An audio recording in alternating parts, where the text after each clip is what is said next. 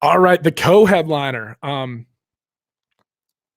For whatever Greg Hardy has been through and whatever he's done throughout his career, right? You got to give him credit for stepping up to fight the number 7 ranked guy in the world. I mean, Alexander Volkov is 30-7, 37 professional fights versus Greg Hardy's 7. He's got 30 more fights than him. And he's a former Bellator champion and a former M1 champion. He put Derrick Lewis in trouble. Granted, he lost to him with that, he got knocked out in the last 10 seconds of the third round. I think that was on the McGregor and Khabib card. But knocked out Fabricio Verdum in the fourth, knocked out Stefan Struve in the third. This guy has a long resume, and he's fighting a guy in Greg Hardy who really has only fought in emerging talent, like from the Contender Series. Hardy's a big boy, and he looked much improved when he fought Ben Sassoli recently. I liked his footwork. I liked the way he was snapping leg kicks in there. But if I got to pick someone, I just got to be honest, man. Alexander Volkov is a tall tat. If Greg Hardy goes out and beats Alexander Volkov, I will be extremely surprised and impressed. I mean, but I just think that Volkov is so long.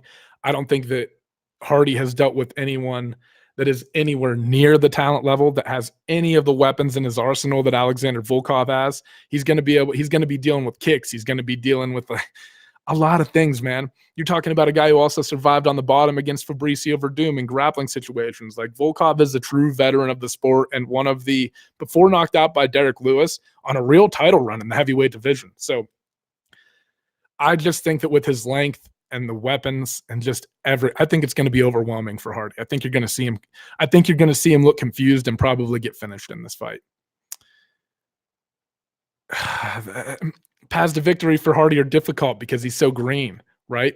Like, you saw too, like, Hardy's not comfortable throwing combinations necessarily. Like, he's not going to go out and throw this crisp, clean 4 or 5 punch combination and then follow it up. But you know what I mean? It's not all flowing together yet like that. And for Volkov, this shit is muscle memory. He's doing this all the goddamn time. He's been doing this for years. So I think that you're really going to see that shine through. I think you're going to see a gap in elite level competition and Greg Hardy level competition, like that UFC Contender. Not that Greg Hardy can't get better or that he can't be a threat at some point. This is just a massive leap, and it's hard for me to pick Hardy. Like I said, if he does, he's also a heavyweight though, and you got to remember that heavyweights have legit knockout power and can end the fight at any time. So if he lands, I mean, fuck, who knows, right?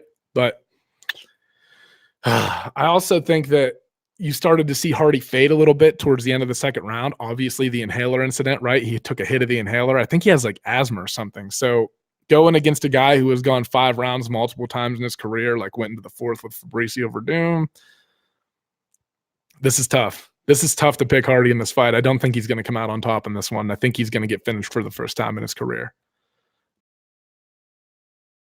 Hey everybody, and thank you for tuning into the video. If you like what you saw, hit the subscribe button so that you can stay up to date with all the videos and podcasts that I put out.